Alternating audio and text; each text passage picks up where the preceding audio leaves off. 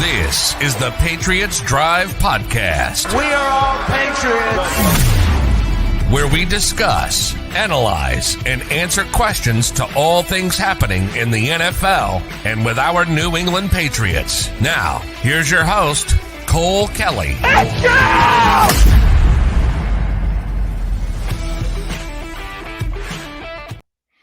go! Welcome into another edition of the Patriots Drive Podcast. Lots happened since we were last on here. The whole Bill Belichick news, Jerod Mayo, the GM search. So we got a lot of different stuff to touch on, a lot of thoughts to get out there. But I'm here with my co-host Jace Campbell. How's it going, Jace? Yeah, it's going good. It's an interesting time to be a Patriots fan. New head coach. Honestly, I didn't think we'd be the first team to hire a head coach, especially after departing of Bill Belichick. But we got the news less than 24 hours later, and here we are. We're in a new era of Patriots football officially. Everyone, whether you were 30 when they had the dynasty, or kind of like us where you were in your childhood and stuff, the run's officially over, and we'll see where it goes, and we'll talk about what's coming up. But yeah, it's going to take some time for sure to get used to it. Yeah, it definitely hasn't fully hit me yet.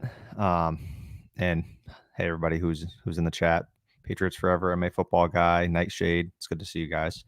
Yeah, it definitely hasn't really fully hit me yet that Belichick's gone. I think same with the Brady situation. It took until I saw him in a different uniform and I saw the Patriots play without him. Once I see Bill not on the sideline, I think that's kind of when it's going to really hit me. But yeah, I have not watched a Patriots game that Bill Belichick was not the head coach. So, I mean, he's been the head coach for longer than I've been alive, and it's going to take some adjusting, but I think it was time. And that was kind of what was weird was I think both of us agreed that it was time, and this is a good thing, but it also still felt weird when the announcement came out and we saw all the videos and tributes and stuff. That hit me like I didn't expect it to. I thought I'd be more excited, but it kind of was like, oh, well, it's really over now. But then now kind of looking at it, it's like, okay, we got Jerod. This is the right thing. This is what we all wanted, and I'm excited to see where it goes. Yeah. How do I feel about it? I think Cole hit it on the head. It's like anytime you're letting the greatest of all time go at something, right? We kind of experienced it with Brady. When Brady left, we experienced it, but it was kind of only one part of the equation, that made us so good. And then, he leaves, he goes and wins the Super Bowl. I think it will make it hard if, Bill goes and wins the Super Bowl. And I do want him to get that win record. I wish it could have been in New England, but I agree with you. I think it was time. Like, I don't see how it was going to happen here in New England. We're going to probably win 3 or 4 more games next year, depending on, who he goes and signs. And if he has a great draft class, which in the last 3 years, he hasn't. So what was going to change? And so I'm excited to see him go somewhere, no matter where he goes. I hope he gets that win record. But yeah, it's hard to swallow because, like you said, I've never watched a Patriots game without Bill Belichick on the sideline. And, the last 3 years, I hadn't watched a game without Brady playing for the Patriots. And so we kind of get over that, right? Oh, now Brady's not here. We have, Mac Jones, Bailey Zappi, whoever it's going to be. That obviously didn't work out. And now we're going to go in and be like, now we don't have our coach who had the greatest thing of all time. So it's definitely hard to swallow. It's going to be interesting time. And it's, time where Patriots fans have we've just never had to experience this. Like, this is just something we've been so blessed with. And some people probably in this chat or watching this video they remember the early 90s or the 80s and stuff where the struggle happened. Even if that you do remember that, it's probably a fond memory because it just has been so long. And so we should be very blessed with what we're dealing with or what we had. But yeah, we'll see what's going to happen in the future. Yeah, absolutely. I mean, very appreciative of what Belichick and Brady brought us and all the joy over the years. You know what I mean? Just getting to see 6 Super Bowls. And I think I only was really live watching 3 of them because the first 3 I was too young to really know what was going on. But yeah, I mean, it's certainly a new era, and I think that's kind of how we'll start this thing off, is touching on the new head coach, Jerod Mayo, the youngest active coach in the NFL right now by like 3 months behind Sean McVay. So we can touch on that, and then we'll get into a little bit later the GM search and all that stuff. But what are your initial thoughts on Jerod? Do you think they made the right decision? Do you like that they didn't interview anybody? What's your kind of overall thoughts? Yeah, well, there was a report today that kind of came out, and I don't know what to believe, but they're saying that because of how quick the coaching search went and how there really wasn't interviews outside of Jerod Mayo, there might be a little bit more coaching dysfunction. I don't know if I believe that because I think everyone in that building knew it was written into Jerod Mayo's contract, right? Like last year, because he didn't take a head coaching job, he rewrote his contract. People knew like he is the successor to Bill Belichick. Now, did people think it was going to be 1 year after? Probably not. They probably thought it would be 2 or 3 down the road, but it is what it is. So I really only thought that it would be Vrabel and Mayo. I thought it would be a little more interesting because Mike Vrabel got fired, and that probably doesn't come around often. And Robert Kraft probably wasn't thinking that was going to be an option. But they don't even interview him, and now they're saying that now Jerod Mayo's the guy, and they stuck with their guns, right? They signed him to stay as the defensive coordinator, the assistant head coach or associate head coach, and he's next in line. And so I kind of respect Kraft for doing that, saying that he's the guy and they sign him to it, and let's just hire him within 24 hours. Let's get a leader in the building. Let's start rebuilding this and, making whatever changes need to be changed along personnel lines, coaching front and stuff like that. So I'm excited for it. Again, it's a little different because he's the youngest head coach in the NFL, but you look at like Sean McVay, he was hired at age 30. He's been in the league for 7 years and now he's 37 or something. And so, but it's kind of, refreshing for us too, because everyone's wanted a modern style Patriots team, and it's hard to do that with a 70-year-old Bill Belichick. And so we'll see what Jerod Mayo does. I have a lot of faith in him too, because of what Teddy Bruschi said on the Get Up or Good Morning Football. I forget what show it was. They were talking to him, and, he said that this is the exact hire the Patriots needed, right? Like he's enough of Bill Belichick, but he's also not. He's going to have the Bill Belichick philosophy. He played and coached under him his whole career, but he's also going to be able to do his own thing and have some of those nuances that Bill didn't. So I'm super excited for Jerod Mayo. I thought this was my second best hiring. I still think Vrabel would have been better, but I'm not butthurt about Jerod Mayo at all. Yeah, no, I couldn't agree more. That was pretty much exactly how I felt. I would have preferred Vrabel a little bit just because we've seen it. We know he can take a team to a conference championship game. We know he can lead a team to the playoffs. We've seen some bad years with him as well, but that roster in Tennessee has been atrocious recently. So, and he didn't even want that roster, right? We know that he was fighting for the rebuild. So, which is and that was part of the reason I wanted Vrabel, was because he was so upset about them trading AJ Brown and making some of the moves that they did. So I would have preferred Vrabel a little bit, but that does not mean I'm not happy about Mayo. I think he's a great coach. One of the good things, like you said, about him being half Belichick is that's all he's seen for defense is playing for the Patriots, playing under Belichick. So he knows the system extremely well, which is exactly what you want. You want the defense to stay the same. You want the defensive system to stay the same because it's been great.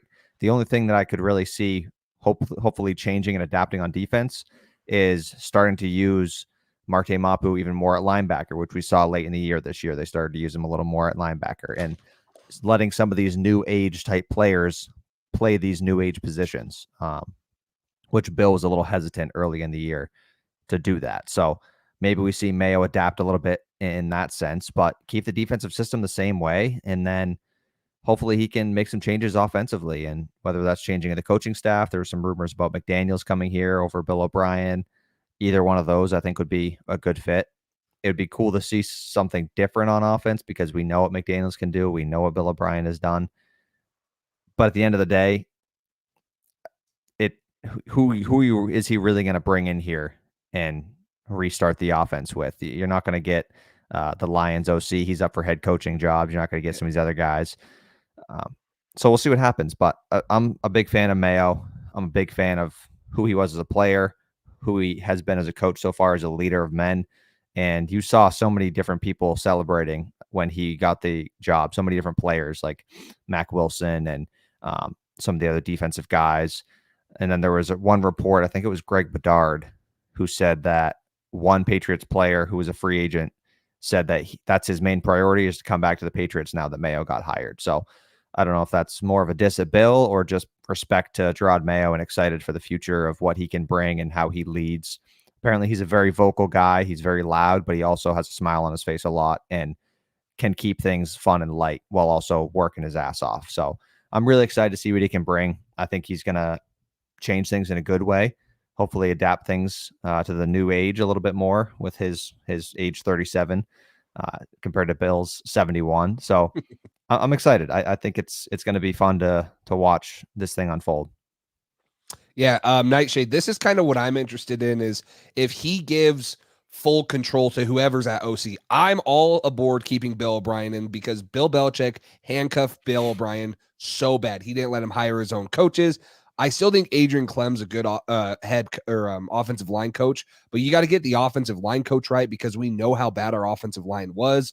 Obviously, you got to bring in talent there, but see what Bill O'Brien does. Maybe he brings in Josh McDaniels as a quarterback coach, because I really don't think that Josh McDaniels is going to be getting a head coaching or maybe even an offensive coordinator job anytime soon. So bring him back here. Maybe once Bill O'Brien does leave, if he has some success, then you're able to promote Josh McDaniels back to OC. Now, unless we want him to go take a big swing on a college coordinator or something, I just don't know who he's going to bring up. I think he does need to get a new receiver coach, because I really don't believe that Troy Brown has done a good job of developing the guys we've brought in. And we've also had a bad problem of finding and establishing what receivers are going to fit in this system. So I want to know what he's going to let the offensive staff do. I hope he doesn't handcuff them like Bill Belichick does. I hope he lets a little more freedom and lets, whoever is that offensive coordinator do his thing, because Bill O'Brien has had a ton of success in the NFL with the Texans, with the Patriots, with Alabama as an offensive play caller. He is not a bad offensive coordinator. He just was handcuffed and did not have the opportunity, to kind of build his staff the way he wanted to. And that's a huge thing. If you don't trust your staff and how they're coaching or teaching what you're installing and what you want to call, that's a huge thing, which will lead us into a whole nother thing probably later in the show about the Mac Jones reports coming out and stuff. But I want to know what Mayo's kind of philosophy is there. What's he going to do? And how he's going to, navigate that thing, because obviously I don't think Bill Belichick's sons will be back. So is Mayo going to call the defense, or is he going to promote someone as a defensive coordinator or bring someone else in? Yeah, DeMarcus. I would love if Mike Vrabel would come be a defensive coordinator, but I could guarantee you he's probably going to have 2 or 3 head coaching opportunities. Yeah. So I think that pipe dream's out the window, which is maybe why I wanted Vrabel a little bit more, because you could have gotten Vrabel as head coach and kept Mayo as DC, unless he did get offended and, probably went for another head coaching job or something. But no, I'm excited. I just want to see how they build out this coaching staff, because there's got to be some development from the coaches too, because there's a lot of young talent on this team that has not been tapped into yet. And we've got to be able to have these coaches bring that out of those guys, so we can, get back to the winning ways. Yeah. And one option if Clem is gone, because there was a couple of reports about, I know his health is not in great shape, but even if he is better by next season, I don't know if he's going to be around.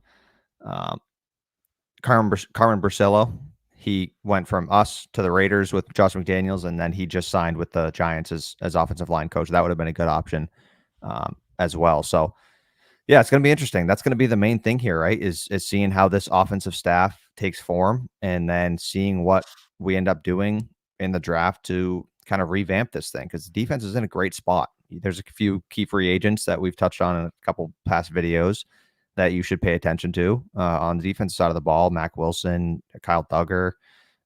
So we'll see how that kind of plays out. Josh Uche.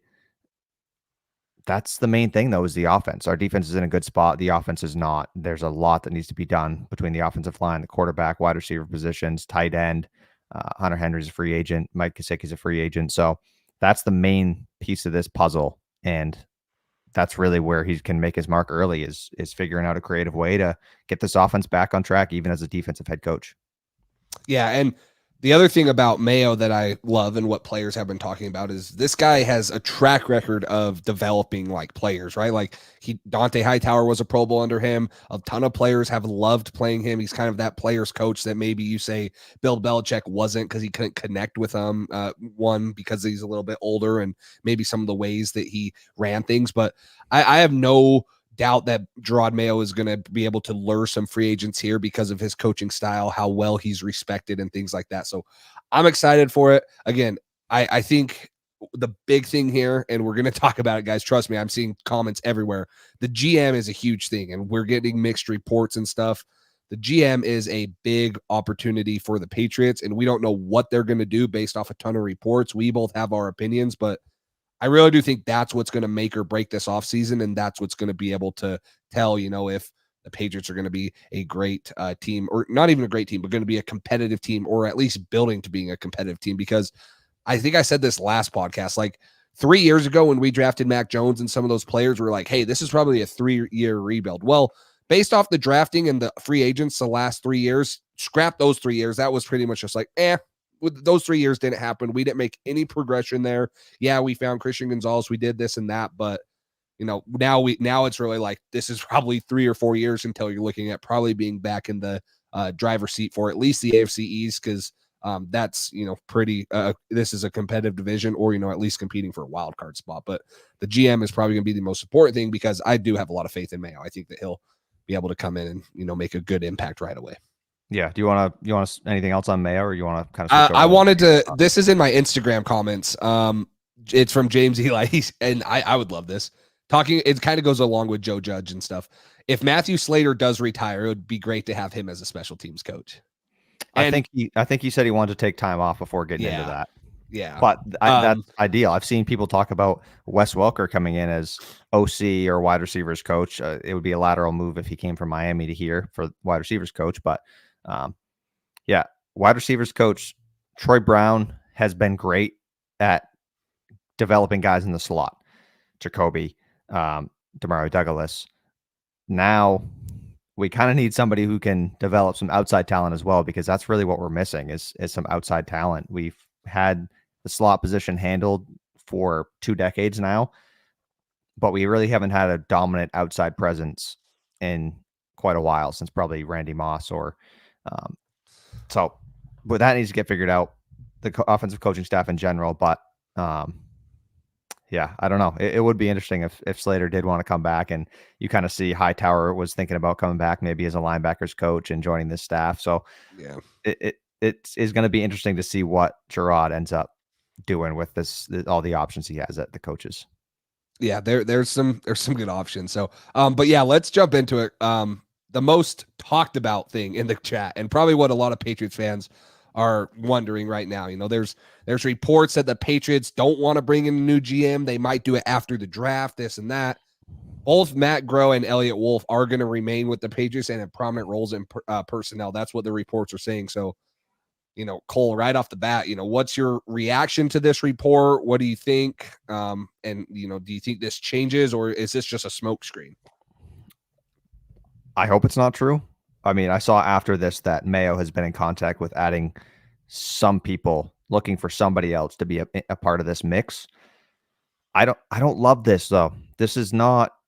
I understand that people have had their hands in this and have been working over the past year to get ready for the draft, but hiring a new head coach and having the 3rd most cap space in the NFL and a top 3 pick, and deciding we're not going to hire somebody to be the new GM for the next decade and to help handle this, that doesn't seem smart to me. I like Elliott Wolf. Matt Groh, I'm not a huge fan of. Everybody who he has seemed to have his fingerprints all over has been garbage. So I don't have a ton of confidence in Matt Groh. What I would like to see is Dave Ziegler come back. We heard about, he, as soon as he got to the Raiders, traded for Devontae Adams. There's a lot of rumors that he wanted to trade up to get CJ Stroud at number 2, which would have been a home run for the Raiders, but Josh McDaniels wanted to keep Jimmy Garoppolo and grab him instead. Great decision there. So I would love Dave Ziegler to be a part, to come in as GM. I would like to see Elliott Wolf remain as kind of a scouting guy and have his hand heavily in the draft, and then kind of have Dave Ziegler, and maybe Matt Groh can give his opinions and just be part of it in some way. But I would really like to see Dave Ziegler be kind of the head at GM there, and then have Elliott Wolf kind of have his hand more in the scouting department and in the draft. That would be my ideal situation. There's also a couple guys. I know the guy for the 49ers, he just left, so he's not going to be an option anymore. Adam Peters. But Jace, you have a list of a couple other candidates that you were interested in. Yeah, someone said it in the chat. Nightshade said it. Trey Brown, he is currently the senior personnel executive with the Cincinnati Bengals. He worked for Bill Belichick. Guys, I really do believe it's important, one, to look at guys that have connections. I know Bill Belichick's gone, but I think the Crafts had some sort of value in that too, right? Like, it goes to speak a long ways. And I know that Bill wanted to keep Patricia, and Kraft said, no, you're going to go get Bill O'Brien, right? But what did Bill O'Brien do? He had outside experience and success, and he was also a Patriot guy. So looking at guys that the Patriots have some sort of connection to, I think is probably the way they're going to go. So there's the Bengals guy. This is a guy that I'm interested in, but I don't know if a lot of people would agree with me. The Senior Bowl executive director, his name's Jim Nagy. He's done a great job for the Senior Bowl at developing juniors and seniors. Now, we all know, maybe this was a Bill Belichick thing. Who do the Patriots love to draft from? Everybody from the Senior Bowl. Now, but there are some dudes in the Senior Bowl. This year, the Senior Bowl is stacked. Yeah. They got a ton of good quarterbacks, Bo Nix, guys like that. And they have always offensive linemen, good receivers, late round guys. The Senior Bowl guy, Jim Nagy, spent a couple years in New England as a scout. He's been around the league for a lot of times. He spent 18 years as a scout through the NFL. So maybe there's a connection there. I don't know if he'd want to leave. Obviously, if he got a general manager job, then he probably would leave the Reese's Senior Bowl to be a full-time GM. But I would say Dave Ziegler would be top of my list too, because once he did get out of the Patriot system, you're right, he made a huge move in trading for Devontae Adams. And if the rumors are true that he wanted to go for CJ Stroud, well, Trade and he up was to willing one. to trade up. Yeah, then maybe he's willing to trade up for Drake May or trade up for Caleb Williams, whoever that is. So I think there's a couple options there. I honestly kind of believe that these rumors are true, though, that they're probably just going to let Matt Groh and Elliott Wolf be the guy. And I'm a little impartial about it. I want to see what Groh does without Bill Belichick, because how do we know Bill Belichick wasn't just the final say on everything? Like, how do we know Matt Groh wasn't like, oh, let's do this and that, and Bill Belichick was like, no, we're doing Cole Strange. We don't know. And maybe Groh is horrible. I'm not saying he's had a great track record, but maybe there's going to be a surprise draft class once Bill Belichick's out of here, and Groh and Elliott Wolf, can identify talent. So it wouldn't be the end of the world, but I just think having one guy that's the general manager, that's the guy, like having two voices in the room, I think is never a good thing, right? Because if opinions differentiate, there's going to be a power struggle there. I want one guy to be in there so that there's a certain one that says, this is what it's going to be. But that's just kind of my thing. Ziegler would be a great, connection that's been with the Patriots. And yeah. Absolutely. And he has no problem making aggressive moves, which would be exciting because we haven't seen that in forever. Everything about Belichick has been passive, whether it's his draft strategy, trading back all the time, never trading up, especially in the first round. He probably would have traded the number 3 overall pick for like 27 second rounders over the next 20. You know what I mean? Like, so that would be exciting. Take your next 38 7th round picks. Yeah, exactly. For the third pick straight up. Yeah. So, but it's hard to tell, like you said, with Matt Groh and Elliott Wolf and some of these other guys in the Patriots personnel room. Did Belichick just say no and go with his own guy? Did they offer up some good ideas, some good players, and Belichick just didn't want to draft them? That's what we've heard. We heard rumors about AJ Brown and Deebo Samuel meeting with Belichick and the personnel staff, and Bill thought they were too laid back and relaxed and joking around with our personnel people, and N'Keal Harry was more professional about it, so he liked N'Keal more. And it's just, we need talent on this offense, and you can't be worried about stuff like that at this point. So we'll see what happens. We'll see if these guys, we're going to find out really quickly if these guys had great ideas and had a great eye for player personnel and scouting, and it was just all on Bill and Bill picked the wrong guys, or if we do need more of a shakeup in here, and if a guy like Dave Ziegler should be in the mix here along with Matt Groh and Elliott Wolf. Yeah, it's Nightshade is saying, let's see. Oh, wait. Oh, sorry. MA Football Guy said that they're saying that Bill Belichick hamstrung Groh on the Sports Hub. I can see it, right? Because if I'm just putting myself in my shoes, if I'm a player personnel guy or whatever Matt Groh's official title is, and yeah, that's my job, but the greatest head coach of all time that has full reins to the coaching and player and drafting and everything in this organization is sitting across the table from me telling me what to do. are you really not going to listen to him? So I do believe that there was some, where Matt Groh was like, hey, maybe I wanted this guy, but it ultimately came down to Bill Belichick. So we don't know that for sure. Nightshade said you can judge Groh after this draft because it was his first without Bill. Is that true? Do we know if this was Groh's like first draft without Bill Belichick? Like Bill had to had some say in it, right? We're not assuming.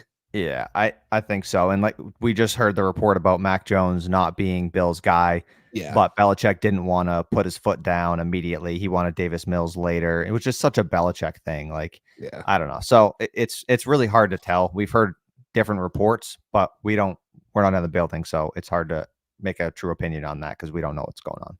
Yeah, we really don't. So, and yeah. Oh, Nightshade. Sorry. I get what you're saying. You're saying this upcoming draft. Yeah. I mean, and it's probably one of the most important ones in franchise history in the last 25 years at least. So yeah, we'll see how he does. But do you like, if you're sitting here thinking, who do you think traded up in the 4th round pick for a kicker? Bill Belichick or Matt Groh? Whose call do you think that was? I think Bill Belichick. Okay, I agree, right? Like, is that not just the most old school thing to do? Like, guys, we got to trade up for this strong lead kicker and get him in the 4th, even though he's projected to be a 7th round pick. But I just want to get him locked up. Like, I just, in an opinion, I just think that a lot of it was Bill Belichick. So again, Dennis Anderson saying right here that Cole doesn't belong a 1st round pick. Maybe we get May. You think I'm not getting drafted in the 1st round this year, or what? Is that what he's saying? Cole, I have a top 5 grade on you. That's what I've been hearing everywhere. And that's another thing, right? Is we're sitting here and we're talking about Cole Strange, right? Well, how many teams value a 1st round offensive guard? Like there's some that are elite, but Cole Strange was a 2nd round pick maximum, maybe, right? And there were rumors coming out like, oh, he probably wouldn't have lasted past, pick 60 or something. That's fine. Yeah. But in my opinion, that was a thing where Bill was like, well, guys, we can get off of Shaq Mason in his contract and we'll take this guy in the 1st. Like I feel like there were so many old school philosophies in the drafting and in free agency, right? Like Bill Belichick's like, well, Nelson Aguilar could have been a $30 million receiver because of his speed and stuff, but he just had drop issues. So let's go get him for half that and see if we can make him into anything. In my mind, there were so many head scratching decisions that I feel like only could have came from Bill Belichick. And if they did come from Matt Groh, then yeah, he should probably be fired and not let within 100-mile radius of New England. But we'll find out if that was the case. Yeah, no, I mean it's hard to tell, but with that Cole Strange thing, we traded that pick to the Chiefs, and they took Trent McDuffie, and he's been absolutely awesome. And that was one guy that we had on our board before the whole draft, and then they trade back and take Cole Strange, and it's like, oh my goodness. So well, I mean, you both had Cole Strange going to him in like the 3rd round, right? Like we did mock drafts all the time of like, hey, this is a good 3rd round guy, and if you get Cole Strange in the 3rd round, I don't think people are complaining in New England, but now he's a 1st round pick. He's got so much expectation to live up to, and he hasn't done it yet. And you're like, gosh, he could have had, like a Trent McDuffie, or someone. I'd have to go back and look at some of the guys that went out in that class after Cole Strange, but yeah, it's like, gosh, it's hard to swallow that one for sure. Yeah, a lot of head scratching decisions there, but it's the other thing I don't like about not getting a GM right off the bat is, are they going to be as aggressive as they might want to be? Because you know what I mean? Say that Matt Groh and Elliott Wolf say we really should trade up to number 1 and grab Drake May, Caleb Williams, one of these guys. Is it going to be, well, we don't actually have our GM of the future in-house, so we don't want him to be limited with picks for the future years. We should wait on this, just stick at 3 and see who falls or whatever. I want everybody who's going to be here for the future to be here, let their opinions be known, come up with a collective plan over the next 3 months, what we're going to do with the draft pick, let our scouts who have been scouting these players kind of evaluate them, and then have our GM decide ultimately, okay, this is what we should do with input from both Elliott Wolf and Matt Groh. So I don't know. I don't love the idea of waiting on a GM or not having a GM in general. Say promote Elliott Wolf, have him be GM, have him handle that. Okay, fine. That's all right. Like I would prefer maybe Dave Ziegler. I know that some of these other guys, Trey Brown and stuff, are exciting in different ways. But I at least want somebody to have the final say, like you said, to where they're making a decision. It's not a collaborative where it's like, oh, well, no, I like this. Oh, well, no, I like this. And oh, what are we going to do? And then you never really get to a good decision. Yeah, and that's why I feel like a guy like Dave Ziegler is going to come in. He knows the organization, probably not going to be super hesitant, right? Plus, he was the GM for the Raiders, so he has experience doing it. So you bring in a guy like that, he's not really he's familiar with the guys in there. Like, he was there a couple years ago. He knows most of the offensive staff. He's going to know the crafts. He's going to know Jerod Mayo because he would have been on staff with him. So he's, going to come in. So, Kevin, I don't think we're saying everything's Bill's fault, but I think that you look at the past 4 years and who did everyone say was the guy in charge? And Bill Belichick would be the first one to stand up there on this podium and tell us, like, I run this team. This is my team. I make the decisions. So who else are we going to pin it on? Like, I'm not saying that Matt Groh didn't have a say in, a fourth or a fifth round draft pick, but Bill Belichick is the face of this franchise once Tom Brady left. The Crafts gave the keys to the kingdom to Bill Belichick. That's like turning to our country and saying, the president of the United States isn't in charge anymore. Bill Belichick was like the president of the New England Patriots. He did everything for that team. So, right or wrong or whatever, there was everything that you had, the decisions that were made, good or bad, was a Bill Belichick decision, in my opinion. That's how it was. That's how it was said it was been, and that's how it was believed to have been from everyone that followed the team. That was Bill Belichick's team from head to toe. Nothing went without Bill Belichick having a say in it. So if you listen to Robert Kraft's interview at the end, he literally says Belichick was in charge of every single decision, every single thing within the Patriot system. He had all the power. He had the keys to everything, which is also a lot to expect from one guy, to be a head coach and a GM at the same time and handle everything. That's a lot. That's a lot. And especially at 71 years old, I'm sure he's bound to go down a little bit in his production, and it's tough. So I'm not trying to make Bill Belichick the bad guy. It's just when one guy has all the power, who else are you going to blame? Like, whose fault are we going to say it is? It's all Elliot Wolf's fault. It's all Matt Groh's fault. Like, we have no reason to believe that. Bill Belichick, like he has said, and like Kraft said, has a final decision on absolutely everything in this organization. So that's kind of who you have to take the blame. And we see that with Bill being fired. That's kind of, it is what it is, that we needed to move on in multiple different avenues. And that's kind of where we are at this point. Yeah. Kevin and Nightshade are both kind of saying this, and I get what you're saying, right? They're saying it's time for new blood, right? Time to move on from Bill Belichick in general.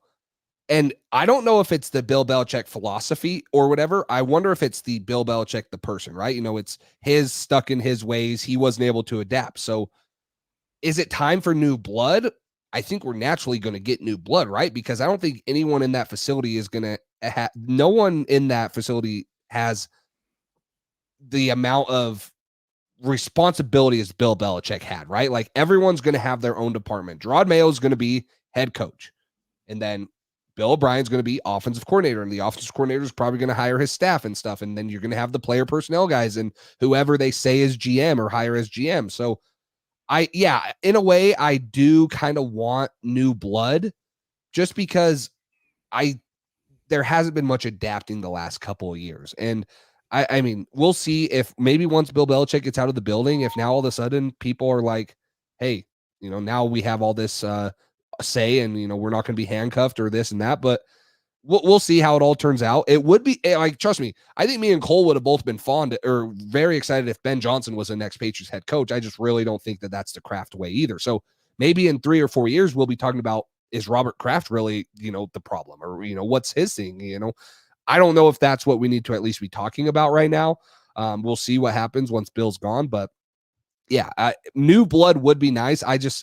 If I'm telling you my opinion and what I think, I don't think we're ever going to get fresh blood in the Patriot system unless everything is cleared. I'm talking like from the Crafts to everything. So yeah, and I don't think that's gonna ever happen. But we've seen reports about Kraft was starting to get too involved, and Belichick didn't like it over the past few years. And I don't think Kraft should be involved either. Like he said, he's not qualified to make these decisions on personnel or what went wrong. So he shouldn't have his hand in this. You hire the right people who have the knowledge and expertise in this, and they make the decisions. Of course, if it's something like a 10-year contract for a quarterback, you have to run that past the owner. Like that's important as well. He's going to be the face of your franchise forever. But overall, I don't think Kraft should have his hands in these decisions. He needs to put the people who have the expertise in a position to have success and let them handle it and go from there. And if they're not doing their job, you move on, you find somebody else. But I don't think Kraft should have his hands all in this. He has other things he needs to worry about. So I agree that he shouldn't.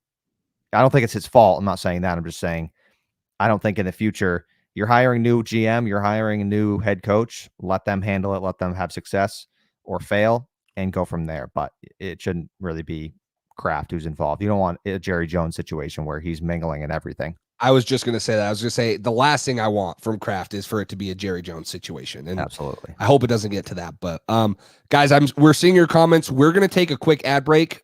Guys, there's 2 ways to support this channel. Obviously being here, liking, subscribing, commenting. We only have 11 likes on this video and there's 62 of you guys in here, which is the most we've had in forever. So we appreciate all you guys tuning in. Make sure you guys like, and if you have not subscribed, subscribe to the video. Appreciate it all. There will be a mock draft coming out tomorrow morning, Mock Draft Monday. I'm doing one every Monday, so you guys can look forward to that. Turn the notification bell on for that. If you guys have not already, though, use our code for Underdog Fantasy. We're going to run a quick ad from our sponsors at Underdog, and if you guys want to support the channel and you guys are into a little bit of pick'ems, or over-under picks, make sure you head over to Underdog, and you guys can use our code to get your first deposit matched. Thank you to our sponsor, Underdog Fantasy. Underdog is the easiest place to play fantasy sports. With Underdog, you have a chance to 20 times your money in a single night. You just have to choose higher or lower for whatever player stats you want, and you have a chance to win big. Pick anywhere from 2 to 5 players by downloading their app or going to UnderdogFantasy.com. And now with their pick'em insurance, you don't even have to hit on all your picks to win the money. So what are you waiting for? Make sure you use code PATCHDRIVE today for your first deposit matched up to $100. Yeah, appreciate Underdog for doing that. I know Cole does a lot in the season and stuff, and I don't know, did you win any this year? You have some good success? Up and down at different points, but overall pretty good. It was a pretty good year. I think this year, if you just hit the under on every Patriots stat, you probably would have been that was a good bet good. of mine right there. That was, yeah, that was a great. If you bet on the Patriots to lose and the under this year, you did great. Like you would have made a lot of money, and then it would have maybe it would have been a good year for Patriots fans. So, no, if you guys want to do that, we'd appreciate that. The other way, if you guys next to the chat button, there's super chats or stickers. If you guys really want to comment or something read, you can donate $1, $2, $5, and of course we'll get that read as soon as we can. But appreciate everyone being in here. Let's talk about a little bit of not so much draft talk. I think it will get into that, but the reports came out today that there was a power struggle between Bill not wanting to draft Mac Jones, but them wanting to have one. So who should shoulder most of the blame for the Patriots' recent draft struggles? Do you think it was Bill Belichick, or do you think there were other people involved, like we kind of just talked about with Matt Groh? What's going to change this year for the Patriots? And, is it really going to be a good draft come 3 or 4 years down the road?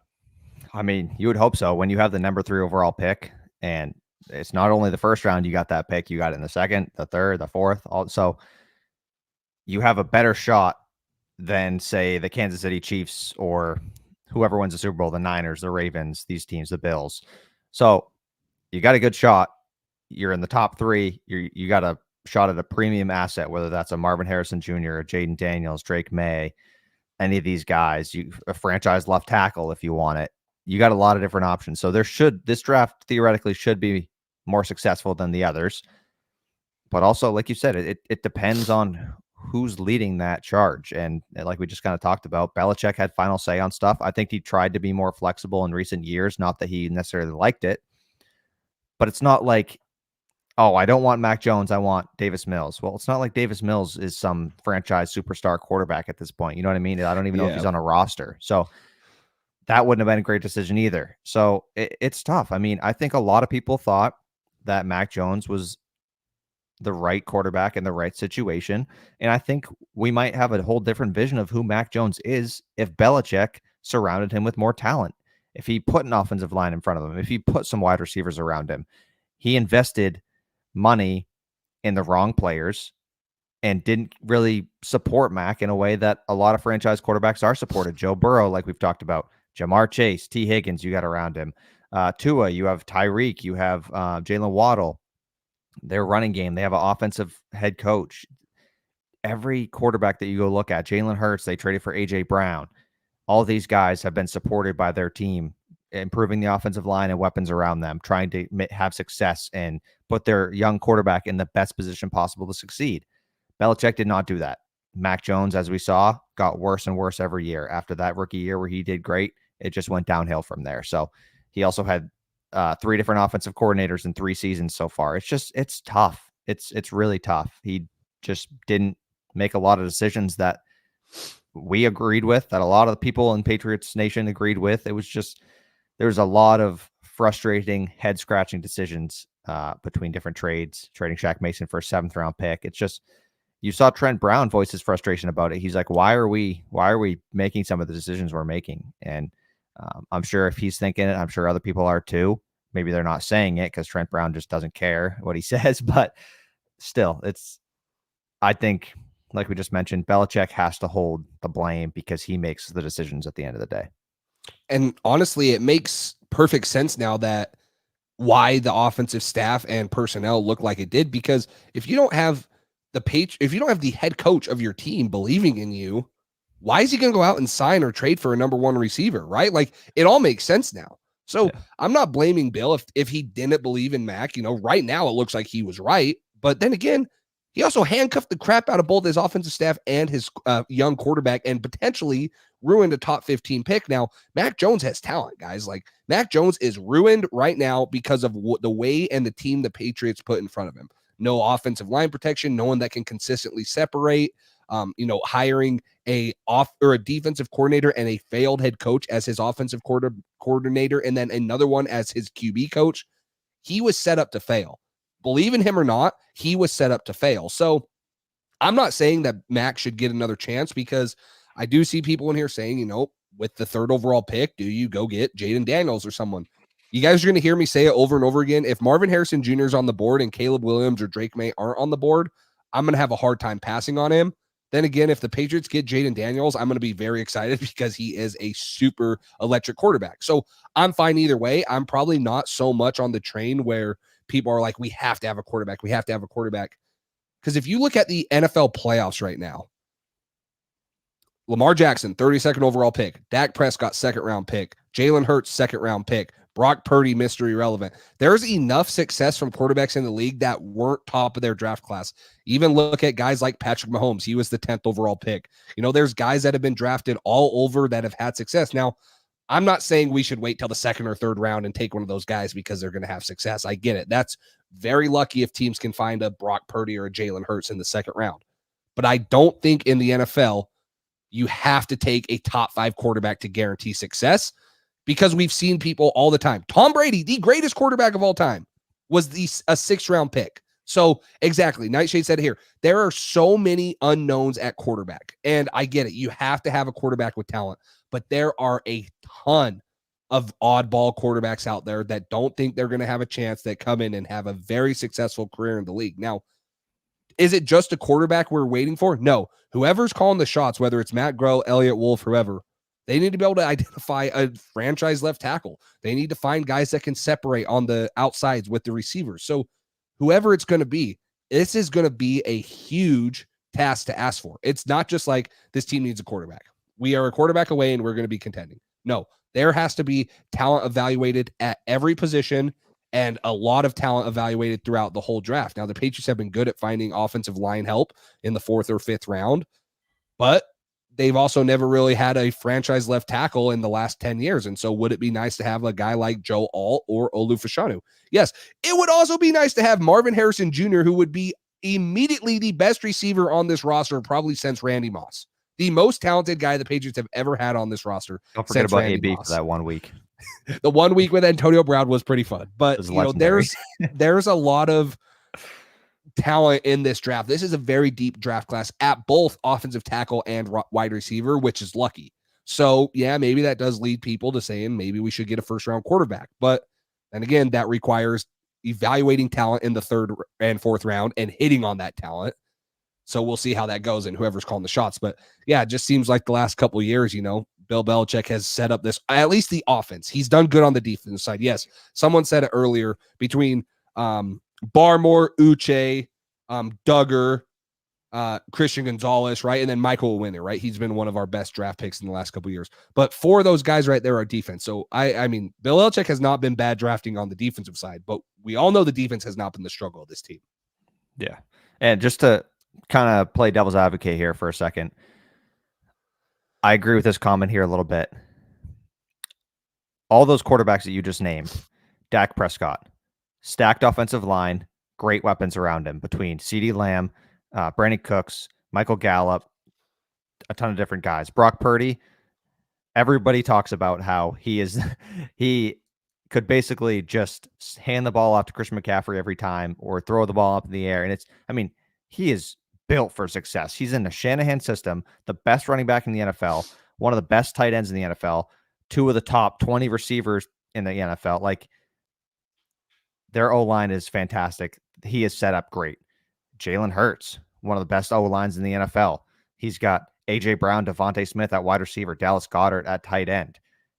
All these guys that you're talking about that have been later round picks or they were waited on by teams, their offensive roster around them is built for success. This Patriots offensive roster, you could put Patrick Mahomes in, and it is not built for success. It is a tough roster offensively. Whoever's behind the offensive line is going to be running for their life. They're going to have nobody to throw it to. It's tough. It's a tough situation, and offensive coordinators floating all over the place every year. Somebody else is coming in. It's not a great situation. So I think there's multiple ways to have success in the NFL. I think you get one of the top 5 quarterbacks, and he's going to put you in the mix every year. Or you have an outstanding situation around a quarterback who is a game manager and doesn't make a lot of mistakes, and you're going to be in a lot of football games.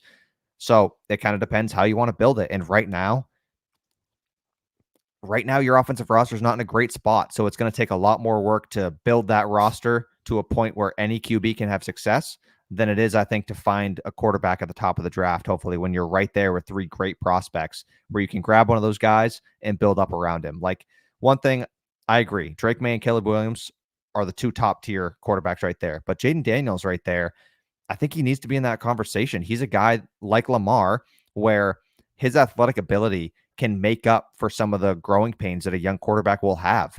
You see Lamar this year really starting to hit his stride with the passing game and involving his legs along with his arm. So I think Jaden Daniels might have a year or 2 where he can start to develop, use his legs as an escape route, but then also develop his arm, and you can start to develop pieces around him, whether you're getting a T. Higgins in free agency, whether you take a tackle in the 2nd round this year, you take a tackle in the 1st round next year, however you want to do it, and then you start to build up around him. I think that's a good situation as well. I agree. Marvin Harrison, absolute stud. I would be so excited. His jersey would be purchased within 5 minutes of drafting him. I would love that. But Jaden Daniels is such an exciting player, and so is Drake May and Caleb Williams. They're all really intriguing talents where if you get one of these guys who can lead your franchise for the next decade, that's extremely exciting. And you gotta be excited about the opportunity for that. I know it is a lottery ticket. I know it isn't guaranteed, but if you hit on that, you can be in the playoff mix every year for a long time. Yeah. Drake May is, if we took Drake May, I think that we would be the best team in the NFL right away. I'm just kidding. But no, I'm going to sit here. If you guys think Drake May is trash, I get it. You're listening to everyone else saying he's going to be Mitchell Trubisky because he's coming from North Carolina.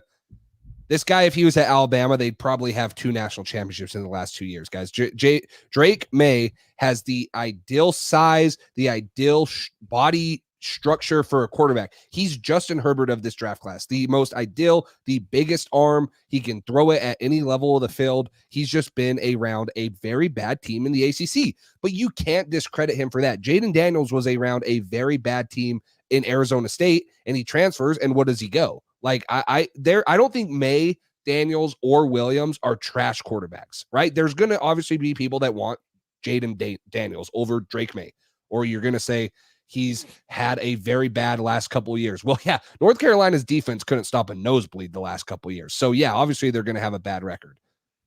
May, Williams, or Daniels are going to change franchises around the NFL. Now, that's why I'm like, maybe we should take a Jaden Daniels at pick 3. But Marvin Harrison Jr. is also a luxury that a lot of teams can't have, and a player that this Patriots organization has not had on the outside for a long time. Same with an offensive tackle. Doesn't matter who we bring in at quarterback, like you just mentioned, they might be the most sacked quarterback in the NFL if we do not pick up an offensive lineman. It's just, there's so many holes on this team. And that's why bringing in a true GM or someone that has final say, in my opinion, is the most important thing to do this offseason, because we have to hit on multiple picks and signings in free agency. This isn't just an important draft class. This is an important offseason for the Patriots. You have the 3rd most cap space. You have a very good position in the NFL draft. You have multiple picks in other rounds throughout the draft class. You have to do a lot of things right this offseason, not just the draft, not just free agency. So we need someone in here that is willing to take those risks and willing to maybe move up to number 1 to take Caleb Williams because he's that guy. Or maybe, take a chance on trading for someone in the offseason or whatever it is, signing someone to a $20 million contract like T. Higgins, right? A lot of guys are saying T. Higgins. Guys, if I knew the Patriots could get T. Higgins, I'd be all over it. I don't know if that's realistic. Maybe now that Bill Belichick's gone, it is realistic. But that's also, we'll see how it goes. So we'll obviously have videos coming out of like our ideal offseason. Who's it going to be? Do we go out and take Jaden Daniels and then trade for a receiver and sign an offensive line? Like, we'll have it. Like we will have who is or our ideal offseason. So there's a lot of different ways to improve this roster, and we'll see how they do it. But I don't think any guy, Jaden Daniels, Drake May, or Caleb Williams, is a trash quarterback. People just need to go out and watch the film and stop listening to, the comparisons of he went to North Carolina, so he's Mitchell Trubisky. Yeah. Imagine if he was in the Washington offense, like with that line and those receivers. Like, come on. Yeah. I mean, Drake May has more arm talent than anything than Michael Penix. So it's logic. I'd like to know who your top 3 quarterbacks are, because if Drake May was also throwing to Malik Neighbors, who is a generational talent in himself, he's just behind Marvin Harrison Jr. or Brian Thomas, he'd probably have just as good of stats, obviously not running and stuff, but Drake May can maneuver the pocket. He had more rushing yards than Caleb Williams, not more rushing touchdowns, but more rushing yards.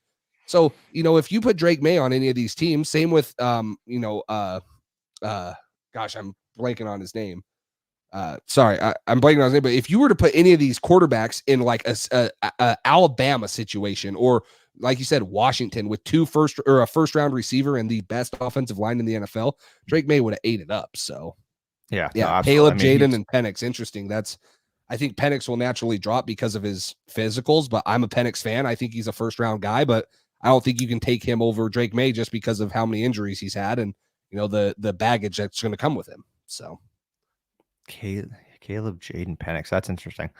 Yeah, I don't know. It looks like a lot of people are going to be falling on Penix down. He's going to be going down the board, it looks like, just because that game against Michigan. And I mean, like you said, his injury history is a question mark. He looked like he was hurting in that game. So we'll see what comes out of that. But getting a guy like Drake May, like Ashton says here, it reminds you of a guy like Justin Herbert. It's just the build, the arm talent, the ability to move in out of the pocket as well. It's not a Jaden Daniels type athletic ability, but he can hold his own. He's an exciting player, and he plays well in structure. So I think if you get Drake May, you're absolutely ecstatic. That's my ideal situation. Is the Bears trade down to number 2 with Washington. Washington takes Caleb Williams or whatever, and then Bears take Marvin Harrison, and we get our pick of either Drake May or Caleb Williams, whoever fell. And if you like Jaden Daniels a lot too, he could be in that mix as well. But if Drake May's on the board, I'm taking him. So that's I think that he's a great pick. If you can get him at number 3, that would be fantastic. Yeah. MA football guy, Nightshade, saying, I don't want a pocket passer again. I don't want Drake May. That's fine. You guys, we have 4 months until the draft. We're gonna have this argument all the time and stuff. I guarantee you, not everybody's gonna agree. You know, if you guys could have Justin Herbert on this Patriots team right now, you would take him. And don't lie to me and say you wouldn't.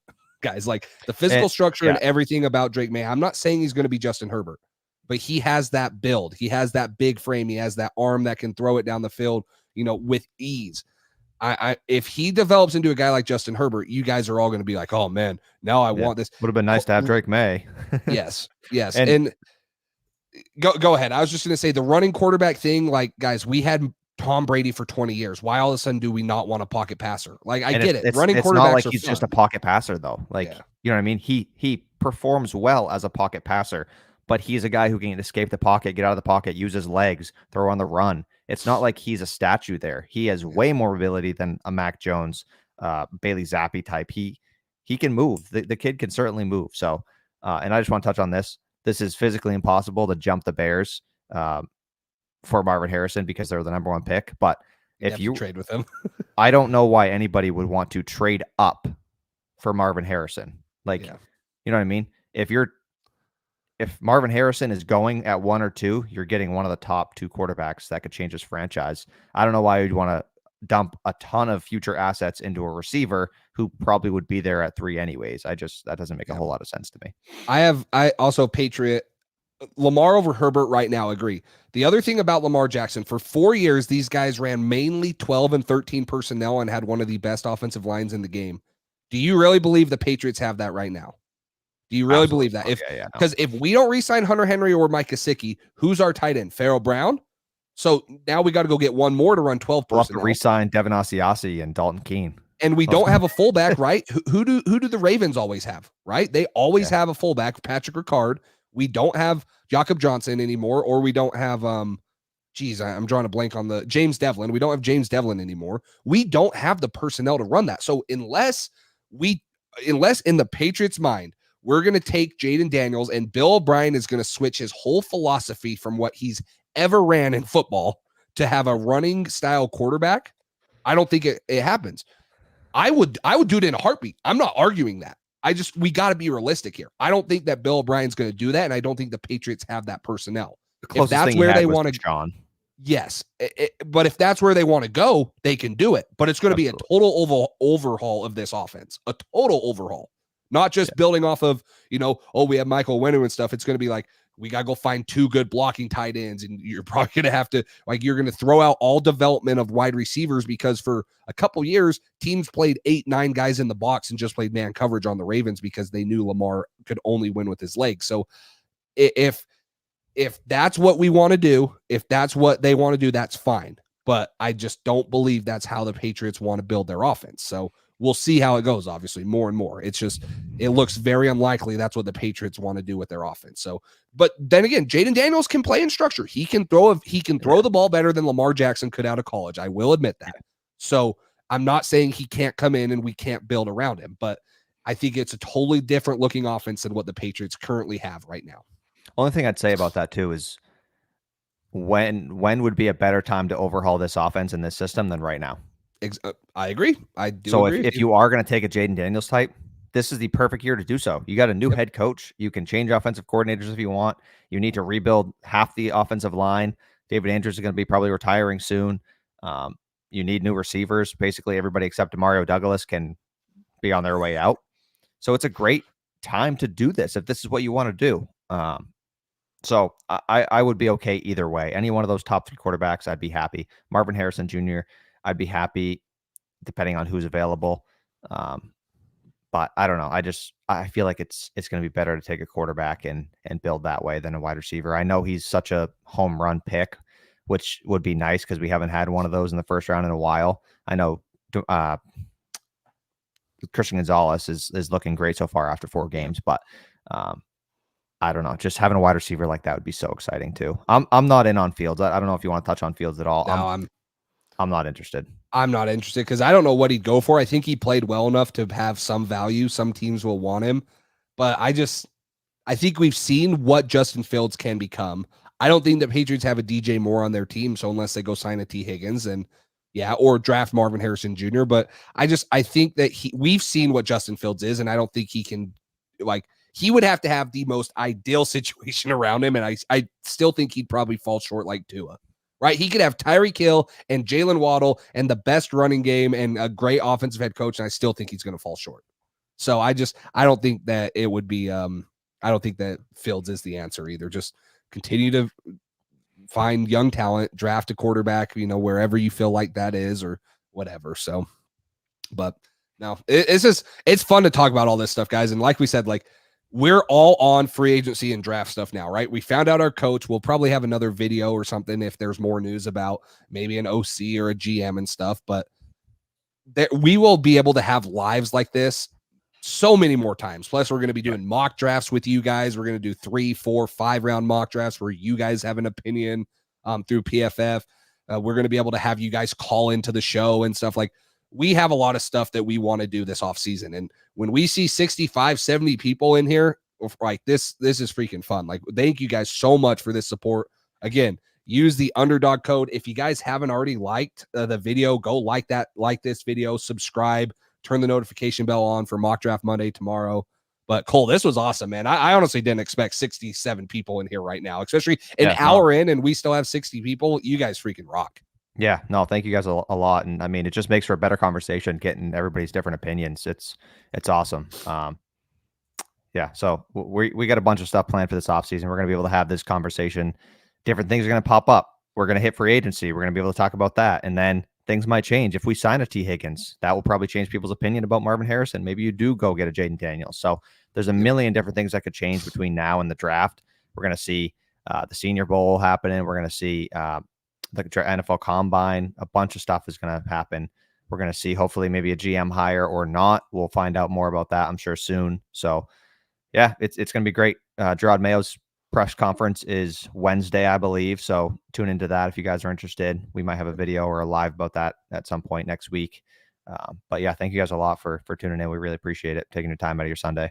Yep. DeLuna, if you want a Bo Nix opinion, follow my mock draft tomorrow. I've already drafted Jaden Daniels and Drake May in my other 2 mock drafts. I need to do one. I'm not incorporating trades yet, so I haven't gotten to Caleb Williams. But if you want a Drake May or if you want a Bo Nix opinion, I'll get a Bo Nix. And that's what's so fun about me doing the mock drafts, guys, is I'm going to try not to take like the same people over and over again. I'm opening it up to a 4-round mock draft, so I'll get to talk about a little later prospects, but like I'm not trying to just draft Jaden Daniels at 3 every time. Like you might tune in 3 weeks and I might take freaking Joe Alt or someone, which, you know, teaser, I probably will and stuff. And you guys will be like, this sucks. Well, I just want to talk about see how it falls. Yeah, just exactly different situations. Absolutely. Talk about every prospect. So if you guys want to see a 2nd-round quarterback like Bo Nix taken, tune in tomorrow. If you guys want to see what I did with us taking Jaden Daniels, go watch my mock draft Monday from last week. That one had 5,000 views. Again, thank you guys for the support. So we are going to have a ton of stuff. Edward, honestly, I know you. I don't know if this is a joke right now or not. I know you're so passionate about it, and I appreciate it. I don't even care. I have my opinions about it, but I appreciate all the support and the adamancy you have about firing Bill O'Brien. And I love how you call him Butchin O'Brien. It's that one always makes me laugh, no matter if I'm in the middle of an argument or talking or something. Anytime I see that pop across my comment feed. He should. Edward should change his name to Edward Butchin or something. Yeah. But this comment real quick, I just want to touch on because I think it's a good point. Jaden Daniels is 6'4". He is thin. If he puts on 20 pounds of muscle and you see him weigh in differently at the combine, he's still running like 4.3, 4.4, and he's putting up bigger numbers. If he can add to that frame and you get him in an NFL weight room, hopefully he can. I think that just adds to his stock too, because that's one thing you want your quarterback to be able to take some hits, and he is thin, especially if he's on the run. He's going to need to protect his body and stuff like that. Red Patriot, that is exciting. Anything signed by Brady, that's fun. Dennis, we appreciate it. This means a lot.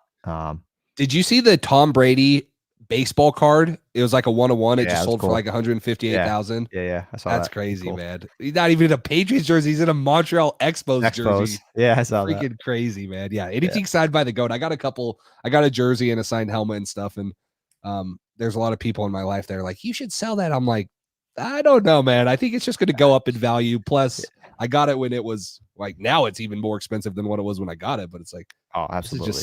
You can never, I don't know. I just feel like I could never part with this. Yeah, I wouldn't. I would love to have something like that, but I will say I did get a signed Mac Jones jersey after his rookie year, and I framed it and everything. And I'm sitting here looking at it, and it's very beautiful. But I'm gonna say I'm gonna say I lost some money on that one. I got the Mac phone case. The Mac canvas. Yeah, we're in deep with Mac Jones. But hey, it's gonna be the same thing. If we draft the quarterback in April, you're gonna see a new phone case, new canvas up there. It's all gonna be changed. Yeah. Red Patriot. No, we noticed you the whole time. We saw there's just a lot of comments to get through and stuff, and we could be on here for legitimately 5 hours if we tried to hit on all your guys' comments. And yeah, I want to say we tried better than most live streams, at least for Patriots that I watched, to at least touch on most of your guys' comments. So if we didn't get to a comment you guys really wanted to, I'm sorry about that. Again, we'll be live a lot of other times. Again, the best thing to do if you really want to comment red, all you have to do is donate like $1.90. That's the cheapest you can do. And like, we're going to be thankful no matter what. But if we see a comment pop up and you donated, we will get to that thing next. That'll be the next thing we talk about. Again, it's fine. We're not telling you to, but we try to get to all your comments no matter what. So we just appreciate you guys being in here. And Red Patriot, we know we've known you for a year or two now, so we know you're a faithful one. We'll get to your comments again. I'm sorry about that. I promise you we'll get you in the next live stream. Maybe you should call in too. Like, we'd love to hear from all you guys. Like MA Football Guy, I know you've called in. Ashton, if we ever drop a link in the chat where you guys can call in and give your opinions and stuff, we'd love to hear from you guys, like your voices too, not just the chats, but appreciate it also. Yeah, we did touch on Fields briefly, but yeah, it was brief. Yeah. The other thing is we try to structure a show, right? Like, we don't want to just come on here. It's hard to bounce around so much. Yes. You know what I mean? You want to. So MA Football Guy, there you go. You. $2. Thank you. Thank you. We appreciate it. After that, we'll go to a new mic once I can afford it. Guys, if you have enough comments in the chat, Cole will buy a mic. Now, he has to fix his car. And we all know how much cars can cost and stuff. So that might be on the back burner. But yeah, we'll put that towards a new mic for Cole. Absolutely. Thank you, MA Football Guy. And of course, he'd be the first one on this channel to do that. We appreciate the support. Absolutely. That means a lot. Yep, we do. Red Patriot. Yep. Appreciate the 2 years. Yeah. We got a lot of things planned. It was a hard year for Patriots, especially in season, to want to get on and talk about this, but I don't think there's a better time to be talking about Patriots football than the draft coming up, because we could get a top 5. Well, we do have a top 5 pick, but we could get one of the best draft picks we've had in the last 20 years, just because we've always been drafting in the 20s or trading out of the first round for a second round pick. So we're not used to seeing this. No, yeah, absolutely. But I mean, it's exciting at the same time. Like, that's what I get most excited about, is getting to see these young talents, getting to evaluate them and see them develop with your team. Like, that's so exciting to me. I don't know about everybody else, but the draft and this time of year is my favorite time of year, other than getting to watch it on Sundays. But it's just, I love this part of the year. It's awesome. Yep. And we appreciate, and we like all you guys. Like, this isn't just for us too. Like, we love coming in and talking to you guys, but we love how MA Football Guy and Ashton and Red Patriot like roast each other in the comments. Like, that's what we're trying to build here. It's fun to try to read those as we're kind of going through it too, and just try to follow along. Yeah, we're trying to build a community here, right? Like, we don't want to just come on here and have me and Cole talk face to face for an hour, or like we do. Like, we like it incorporating you guys. We like you guys talking with the chat. So yeah, we're excited that we're doing this again too, and getting into it with weekly videos or weekly lives and stuff. So we'll keep it up. I'm excited to have all this going on. So, but no, Cole, we've been on for an hour and 9 minutes, and I feel like we've had over 50 viewers for at least 75%. So we appreciate all of this. And we'll have to get back on soon, because I know there's a lot on Patriots minds, and we'll keep that in the back of our minds. Absolutely. So. Yeah. Start of a new era for the Patriots, and hopefully for this podcast too. So we appreciate all the support from you guys today. And come back next time. We'll have something scheduled, I'm sure, next week, and we can try to get to any questions we missed. And thank you guys so much. We really appreciate it. Yep. So wrap it up, guys. Thank you so much. Again, like, subscribe, comment, turn notification bell on. Mock Draft Monday coming out tomorrow. Make sure you have the notification bell on, 1 for clips, and 2 when we do go live, so you guys don't tune in and we've already gone live and stuff. We love talking to you guys, like we said. So follow us on Instagrams. We'll probably be more posting there too. Any off-season news, we try to post it on our Instagrams, which are right next to our name. So appreciate it. And we will talk to you guys next time. Thanks for listening to this edition of the Patriots Drive podcast. Follow us on social media to stay up to date with all things New England Patriots. Make sure you tune in to the next episode. And check out patriotsdrive.com for more great content. We're on to Cincinnati.